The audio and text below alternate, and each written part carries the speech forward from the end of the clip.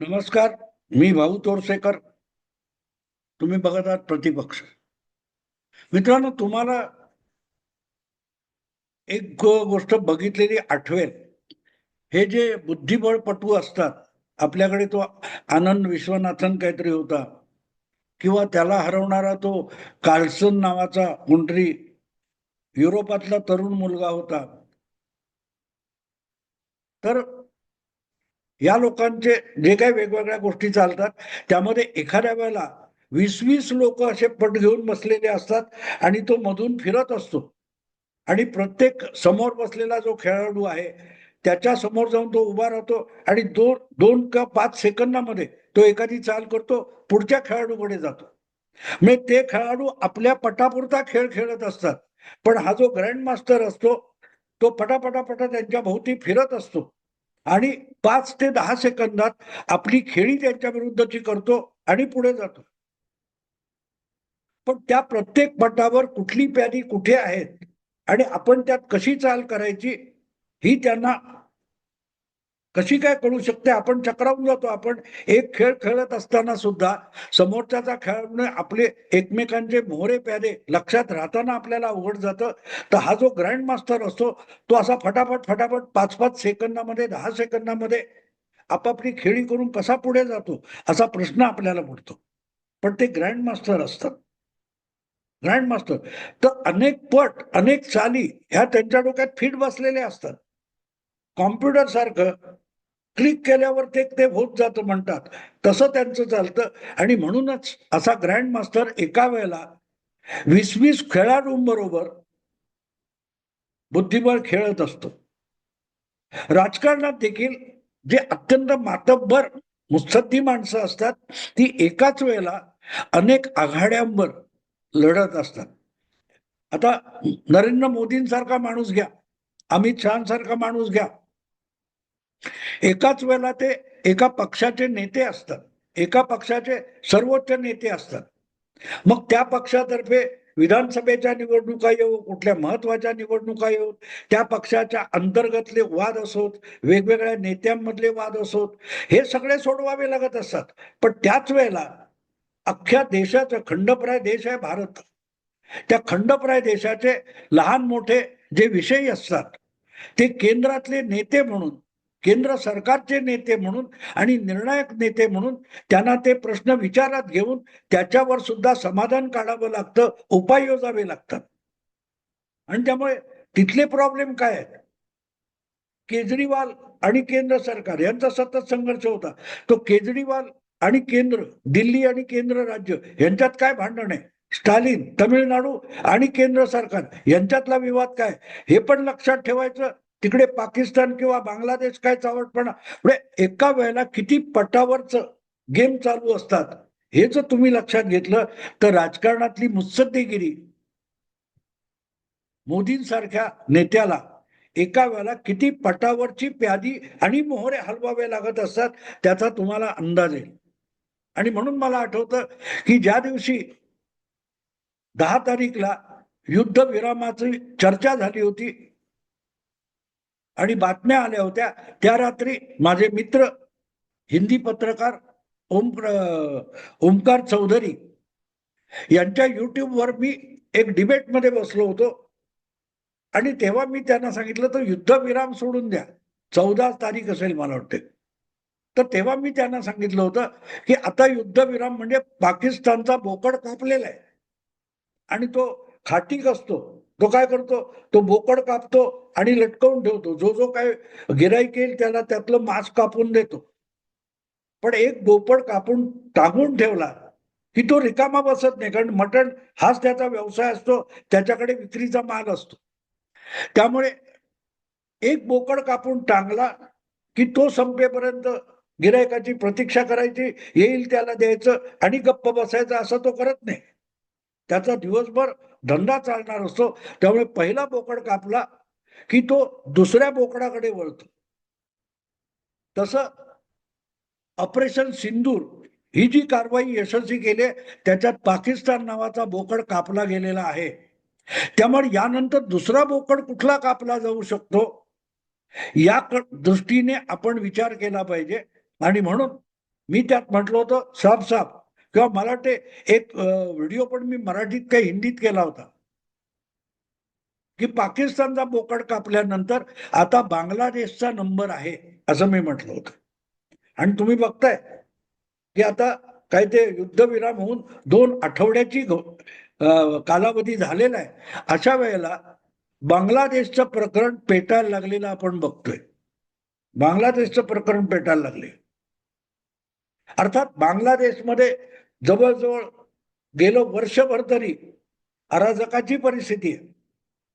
तिथे निवडून आलेल्या आणि पंतप्रधान असलेल्या वंगबंधू शेख मुजीबुर रहमान यांच्या कन्या शेख हसीना वाजेद या निवडून आल्या होत्या आणि लागोपाठ निवडून आल्या होत्या. मला वाटते दुसऱ्या का तिसऱ्या टर्मला त्या पंतप्रधान होत्या. आणि त्यांनी भारताशी कधी उगाचच भांडणाचा पवित्रा घेतला नाही. त्यामुळे भारताकडूनही मदत मिळत होती आणि चीन जिथे दादागिरी करेल तिथे भारताचा उपयोग त्यांना होत होता. पण बांगलादेशच्या दक्षिणेला आपल्याला एक तळ करता यावा, नाविक तळ करता यावा म्हणून अमेरिका ही मोठ्या आवेशात येऊन बांगलादेशला दडपण्याचा प्रयत्न करत होती. आणि कितीही अमेरिका हा भारताला मित्र म्हणून वागवत असला तरी आपल्या इतक्या जवळ अमेरिकेचा सुद्धा नाविक तळ असू नये ही भारताची इच्छा होती. आणि त्यामुळेच बांगलादेशवर जो दबाव अमेरिकेकडून आणला जात होता तो त्यांनी जुमानू नये, बांगलादेशने जुमानू नये, शेख हसीनाने तो दबावाखाली येऊ नये म्हणून भारतही प्रयत्नशील होता. आणि ज्यावेळेला अशी परिस्थिती असते तेव्हा अमेरिका त्या देशामधल्या राजकारणामध्ये घुसखोरी करून तिथे नको नको ते उचापती घडवून आणते. तुम्हाला आठवत असेल 10-12 वर्षापूर्वी किंवा 12-13 वर्ष अरब स्प्रिंग नावाचा प्रकार झाला होता. इजिप्तमध्ये तो होस्ने मुबारक नावाचा जो राज्यकर्ता होता, हुकुमशाह होता, त्याच्या विरुद्ध अरब स्प्रिंग नावाचा एक प्रकार घडवून आणला गेला आणि तिथे सत्ता पालट करण्यात आलं.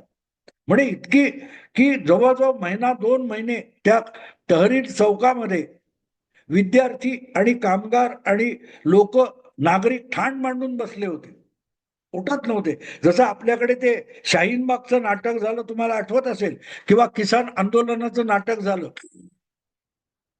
तसंच अत्यंत उग्र असं निदर्शन हे कायरोमध्ये जी इजिप्तची राजधानी आहे तिथे झालं होतं.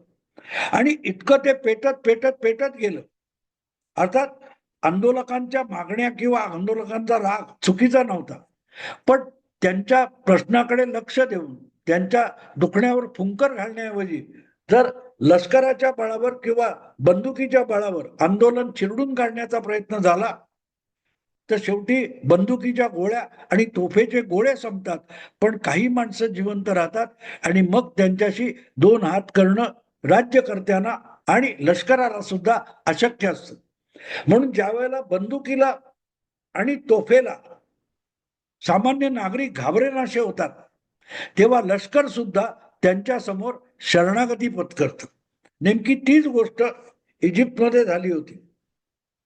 जेव्हा लोक हटत नाहीत असं दिसलं तेव्हा एकाच वेळेला सेनापती आणि राष्ट्रपती असलेल्या होस्ने मुबारकने तहरीर चौक अडवून बसलेल्या जमावाला पांगवण्यासाठी लष्कराला छावण्यांमधून बाहेर काढलं आणि तहरीर चौकामध्ये आणलं. त्या रणगाड्यावरच्या तोफा या जमावावर रोखलेल्या होत्या, तर तरीही जमाव हटत नाहीये. उलट काही लोक रणगाड्यावर चढायला लागले तेव्हा इजिप्शियन लष्कराच्या सरसेनापतीच्या एक गोष्ट लक्षात आली की हा जमाव बंदुकीला घाबरणारा नाही. त्यामुळे त्या जमावाला आवरण्यापेक्षा त्या जमावाच्या भावना न समजू शकणाऱ्या नागरी सत्तेला लगाम लावला पाहिजे. आणि ज्या राष्ट्रपती होस्ने मुबारकने सेनेला मैदानात आणलं होतं त्याच सेनेने सरळ रणगाड्याचा तोफा या राष्ट्रपतीच्या राजमहालाकडे वळवल्या आणि आतमध्ये घुसून होसने मुबारक याला अटक केली आणि अरब स्प्रिंग म्हणजे इजिप्तमध्ये क्रांती झाली. अराजक नेहमी क्रांती घडवून आणतो आणि मग त्यामध्ये भाग घेतलेले मुस्लिम ब्रदरहूड वगैरे ते वाद होत होत होत परत परत एकदा लष्कराने इजिप्तचा ताबा घेतला, वेगळा विषय. पण सांगायचा हेतू असा, जेव्हा अराजक होतं तेव्हा कुठलीही नागरी सत्ता ही टिकाव धरू शकत नसते. धर्मांध सत्तेकडून सगळ्या धर्मांधतेने जेव्हा बांगलादेशमध्ये डोकं वर काढलं होतं तेव्हा ती सगळी बांगलादेशी भ्रष्ट व्यवस्था पोखरून काढलेल्या अमेरिकन हेर खात्याच्या हस्तकांनी बांगलादेशमध्ये दंगली घडवायला सुरुवात केली. हिंदूंवर हल्ले झाले ही वस्तुस्थिती आहे, पण त्या हिंदूंवर झालेले जे हल्ले आहेत त्या हल्ल्यांना प्रोत्साहन देणं, चिथावण्या देणं हे सुद्धा काम अमेरिकेच्या हेर खात्याच्या हस्तकांनी केलं होतं. जमाते इस्लामी या धर्मांध संघटनेला पुढे करून त्यांच्या विद्यार्थी आणि तरुण संघटनेच्या मदतीने अराजक इतकं माजवण्यात आलं की पंतप्रधान असतानाही हसीना वाजेद यांना जीव मुठीत धरून बांगलादेशातून ढाक्याहून पळ काढावा लागला. लष्करी विमान घेऊन त्या भारतात आश्रयासाठी आल्या. पण एक गोष्ट होती की बांगलादेशचं लष्कर कधीही नागरी सत्तेला पाडायला तयार नव्हतं आणि म्हणूनच हसीना वाजेत गेल्यानंतर तात्पुरती व्यवस्था म्हणून आणि लवकरच निवडणुका घ्याव्यात म्हणून एका नामवंत व्यक्तीला म्हणजे मोहम्मद युनुस याला लष्कराने सल्लागार प्रशासक म्हणून नेमलं. म्हणजे सत्ता लष्कराच्या ताब्यात पण नागरी कारभार हा मोहम्मद युनुस या प्रतिष्ठिताने चालवावा ही त्यामागची भूमिका होती आणि लवकरात लवकर निवडणुका घ्याव्यात. पण आता त्याला जवळजवळ 9-10 महिने होत आले तरी हा युनुस नावाचा माणूस हा निवडणुकांचं नाव घ्यायला तयार नाही. आणि त्याचं कारण सरळ आहे, त्याच्यासारखा माणूस हा विरोधकांनी किंवा अराजक करणाऱ्यांनी मान्य केला तरी व्यवहारामध्ये त्याला सल्लागार करण्याला अमेरिकन हेर खात्याने भाग पाडलं होतं. मोहम्मद युनुस हा नोबेल पारितोषिक मिळालेला माणूस आहे, पण त्याचे व्यवहार जगाला माहिती आहेत. तो तसा चीटरच आहे. पण एक देखावा करून त्याने नोबेल पारितोषिक मिळवलं. पण हा माणूस हा अमेरिकेचा हस्तक आहे हे लपून राहिलेलं नाही, कारण त्याची मुलगी ही अमेरिकेचे माजी अध्यक्ष बिल क्लिंटन यांच्या फाउंडेशनमध्ये सहभागी आहे आणि क्लिंटन फाउंडेशनला प्रचंड मोठी मदत या मोहम्मद युनुसने केलेली आहे. त्यामुळे हसीना वाजेदला पळवून लावल्यानंतर मोहम्मद युनुसला बांगलादेशचा सल्लागार प्रशासक म्हणून नेमणं ही सुद्धा अमेरिकेची खेळी होती. आणि त्यामुळेच बांगलादेशचा नेता बनलेला मोहम्मद युनुस हा ऍक्च्युअली अमेरिकेचं कठपुतळी म्हणूनच निर्णय घेत होता आणि त्यामुळेच अधूनमधून भारताला धमकवायचं, मध्ये चीनमध्ये जायचं, चीनमधून भारताला चिथावण्या द्यायच्या, हे सगळं चाललं होतं. आणि या गडबडीत अमेरिकेला जे चिटगाव बंदराजवळ आपला नाविक तळ करायचा होता त्यासाठी या युनुसने मान्यता देऊन टाकली. आणि त्यासाठी आज सध्या ज्यांच्या हातामध्ये बांगलादेशची लष्करी आणि राजकीय सत्ता आहे त्या लष्कराला सुद्धा विश्वासात घेतलं नाही. चटगाव हे बांगलादेशचं सगळ्यात मोठं मालवाहू बंदर आहे आणि सीमा पण आहे. अशा विषयी निर्णय घेताना आपल्या विश्वासात घेतलं नाही किंवा आपल्याला विचारलं सुद्धा नाही. म्हणून बांगलादेशचे लष्कर प्रमुख भयंकर खवळलेले आणि त्यांनी या युनुस मोहम्मदला धारेवर धरलं. आणि त्यामुळे मग मी राजीनामा देतो वगैरे त्यांनी नाटकं सुरू केली. पण दरम्यान युनुस हा असा काही खेळ खेळलेला आहे की त्याने एकाच वेळेला अमेरिका आणि चीन या दोघांना बांगलादेश पाहिजे तसा वापरा अशी आश्वासनं दिलेली आहेत, आमिष दाखवलेली आहेत. आणि म्हणून विचित्र गोष्ट अशी झाली आहे की बांगलादेशच्या दक्षिणेला फार मोठा एक राष्ट्रीय संकट उभं राहिलेले.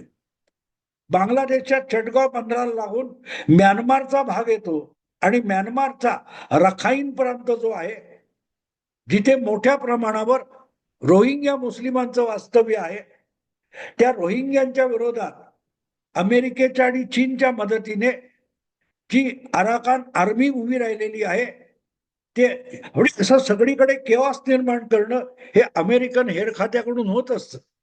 आणि त्यामुळेच आज परिस्थिती अशी आहे की बांगलादेशचा अराजक हाताबाहेर गेलेला आहे. तिथले राजकीय पक्ष, तिथल्या धार्मिक संस्था, संघटना ह्या एकमेकाविरुद्ध इतका गदारोळ करतायत की तिथल्या लष्कराला सुद्धा आता वीट आलाय की आम्ही देशाचं संरक्षण करायचं हे बाहेरच्या शत्रूकडून करायचं की आतल्या पंचस्तंभीयांचा बंदोबस्त करण्यात गुंतून पडायचं. पोलिसांचं काम आम्हाला करायला लावू नका असं तिथला लष्कर प्रमुख जाहीरपणे सांगायला लागलेला आहे. आणि त्याचा अर्थ समजून घ्या की जो सल्लागार म्हणून नेमलेला मोहम्मद युनुस आहे आणि लष्कर प्रमुख आहे यांच्यामध्ये बिनसलेला आहे. आणि म्हणून ताबडतोबीने निवडणुकीच्या तयारीला लागा, अन्यथा अधिकार पदावरून बाजूला उतरा, पाय उतार करा असं बांगलादेशी लष्कराने मोहम्मद युनुसला सांगितलेलं आहे. पण दरम्यान रखाईन प्रांतामध्ये किंवा त्या चटगाव बंदराच्या आसपास एकाच वेळेला चीन, अमेरिका आणि म्यानमार या तिन्ही लोकांचं सैनिक तुकड्या पोहोचलेल्या आहेत. तिथे कोणाचा अधिकार चालतो याचा कोणाला पत्ता नाही. आणि म्हणून ही वेळ बांगलादेशला वटणीवर आणण्यासाठी भारतासाठी चांगली परिस्थिती आहे. जर बांगलादेशची सगळी ताकद ही दक्षिण बाजूला लागलेली असेल तर बांगलादेशचा उत्तर भाग जो आहे तिथे भारताला संकटात टाकू शकणारी एक जागा आहे जी सिक्कीम, आसाम आणि बांगलादेश यांच्या जवळची आहे, ज्याला चिकन नेक म्हणतात. म्हणजे तिथे अवघा 20 किलोमीटर रुंदीचा काही प्रदेश आहे जो भारताच्या मुख्य भूमीला ईशान्य भारताशी जोडतो. आणि तो चिकन नेक कधीही तोडता येईल हे हा मोहम्मद युनुस चीनला जाऊन सांगत होता. आणि चीनच्या डोक्यात हे खूप आधीपासून आहे. आणि मग तो चिकन नेक म्हणजे 20 किलोमीटर रुंदीचा जो पट्टा आहे तो जर 60-70 किलोमीटर करता आला, त्यासाठी बांगलादेशची भूमी बळकावता आली तर भारताला आपली सुरक्षा व्यवस्था अधिक मजबूत करता येईल. आणि म्हणून ज्या वेळेला चटगाव म्हणजे बांगलादेशच्या पूर्व दक्षिणेला चटगाव आणि रखाईन प्रांतामध्ये जो काय घमासान चालू होण्याची शक्यता आहे ती झाली तर भारत, सिक्कीम आणि पश्चिम बंगाल याच्यामधला सिलीगुडीचा जो 20 किलोमीटर रुंदीचा पट्टा आहे तो 50, 60, 70 किलोमीटर रुंद करून घेण्याची शक्यता आहे.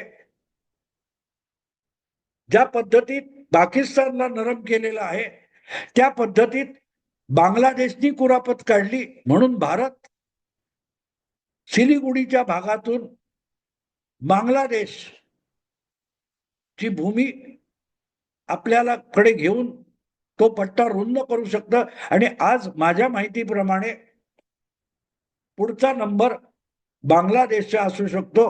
पाकिस्तानला काटून लटकवलेला आहे बांगलादेश सुद्धा पुढचा बोकड म्हणून कापला गेला तर मग चिकन नेक जे आहे ते चिकन नेक म्हणजे कोंबडीची मान जी आहे, गर्दन आहे, ती कदाचित बकरीची किंवा बैलाची, म्हशीची, रेड्याची गर्दन होऊ शकते. 1 लाखापेक्षा अधिक भारतीय सेना आणि प्रचंड प्रमाणावर सैन्य सामुग्री ही आज सिलिगुडीमध्ये तैनात करण्यात आलेली आहे आणि तिथे भारतीय सेनेचा युद्धाभ्यास चालू आहे.